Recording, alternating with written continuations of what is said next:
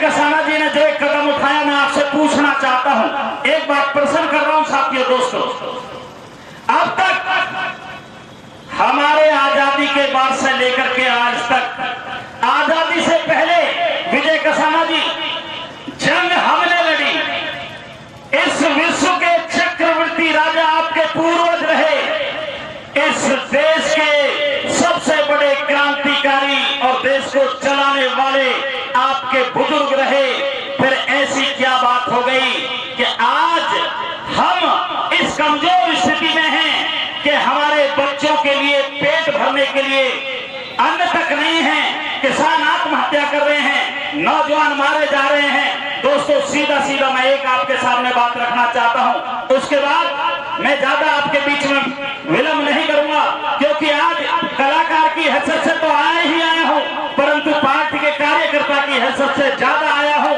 इसलिए 27 मुल्कों में आपका परचम आपके बेटे इस ब्रह्मपाल नागर ने लहराया है। दिल्ली की जो भी गुजर रैली हुई हो, भारत के जिस कोने में मेरे समाज की बड़े से बड़ी रैली हुई हो, आपका ये बेटा खड़ा मिला है।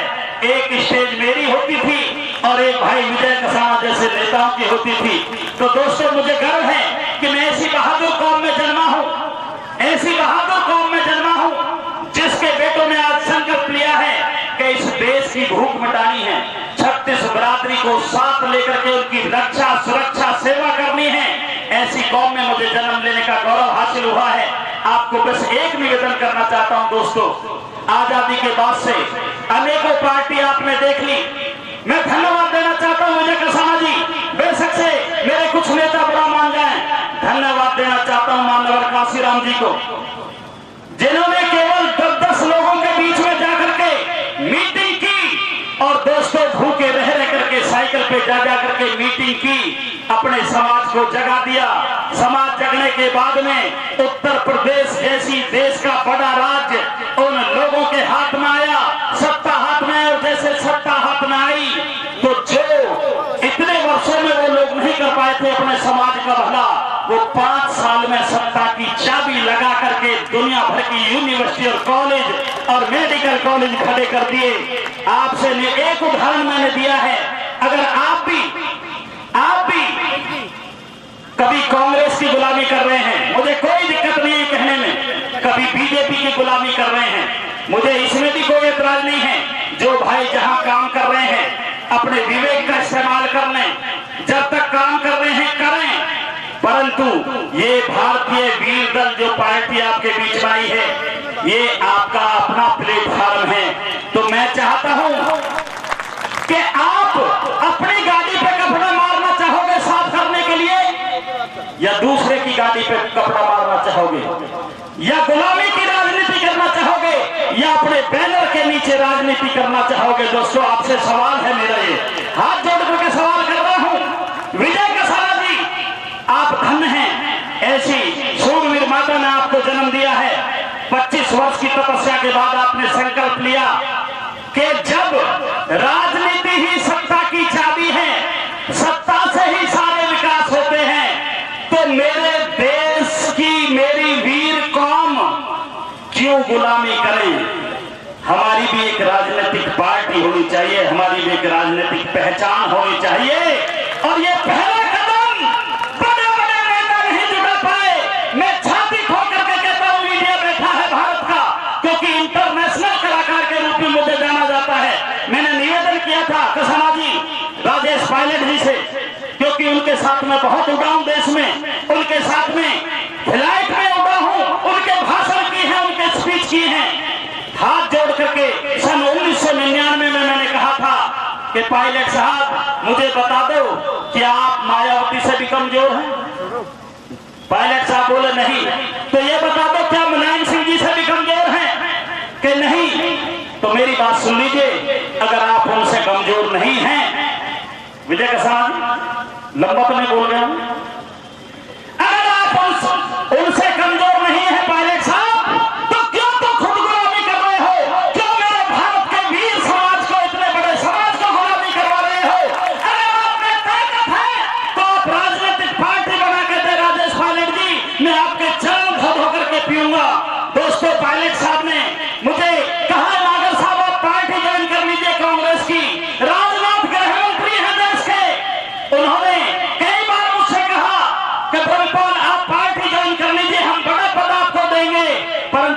मेरे अंदर पीड़ा थी, भाई विजय कसाना जी के अंदर पीड़ा थी, अजय वीर आर्य जी के अंदर पीड़ा थी। इन्होंने कहा, हमने संकल्प लिया कि हम राजनीति तो करेंगे, परंतु उस दिन करेंगे जिस दिन हमारा अपना प्लेटफॉर्म होगा, हमारे नेतृत्व का प्लेटफॉर्म होगा। और आज वो दिन आ गया है। धन्यवाद करता हूं विजय कसाना जी, आज वो दिन आ गया है। मेरे समाज ने तय कर लिया है कि हम अब अपनी बस में बैठेंगे, अपनी बस में बैठ करके सवारी करेंगे। कांग्रेस रूपी बस में नहीं करेंगे, बीजेपी रूपी बस में नहीं करेंगे। मेरे समाज के द्वारा नेतृत्व देकर के भारतीय वीर दल रूपी बस तैयार की गई है, उसमें बैठ करके सवारी करेंगे।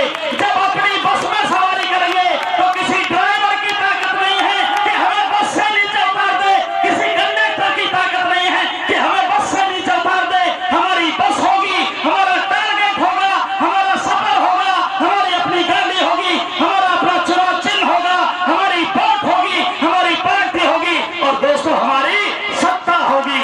निश्चित तौर से मैं दावा कर सकता हूँ।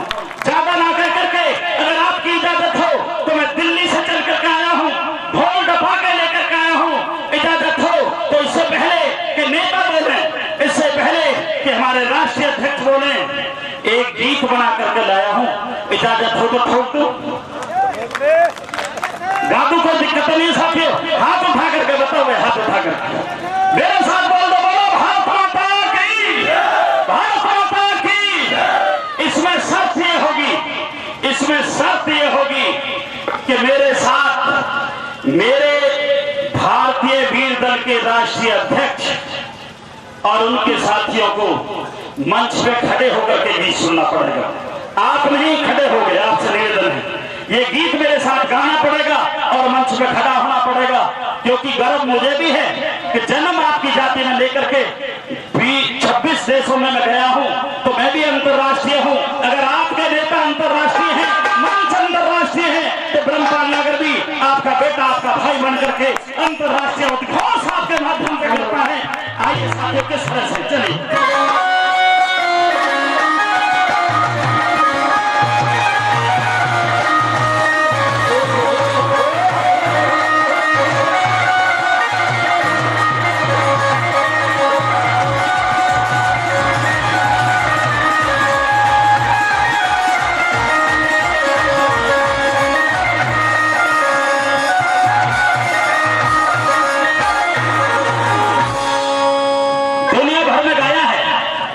मैं रागनी गाता हूं, हमारे उत्तर प्रदेश की लोकवाणी है। इस विधा को गाता हूं पर दावा करता हूं कि एक एक शब्द कोशिश करूंगा कि आपकी समझ में आए। मेरी विधा अलग है, मेरी वाणी अलग हो सकती है, परंतु भाव आपके हैं, इसलिए निश्चित तौर से आपकी समझ में आएगी। और जो समझ में आ जाए उसमें ताली ब्रह्मपाल नगर के लिए, जो ना समझ में आए उसमें गाली विजय कसाना के लिए, क्योंकि इनकी बदौलत हम सारे यहाँ पर इकट्ठे हुए हैं। तो लीजिए दोस्तों, चलिए।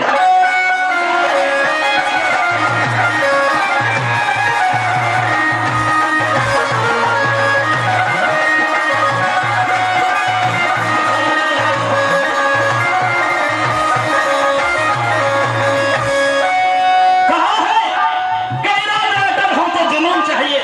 भाई सब तो समझवाने को दिक्कत तो नहीं है दोस्तों, क्लियर है बात?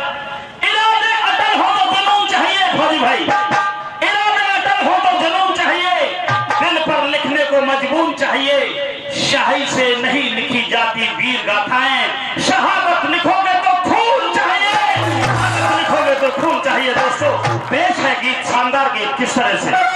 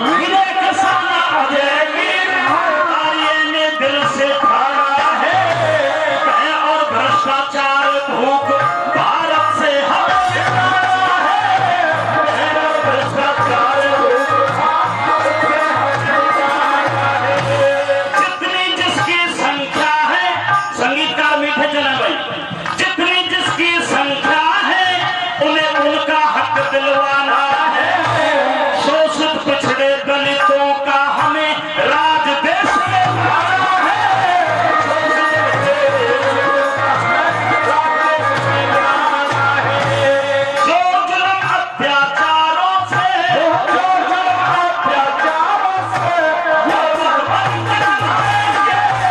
भारतीय वीर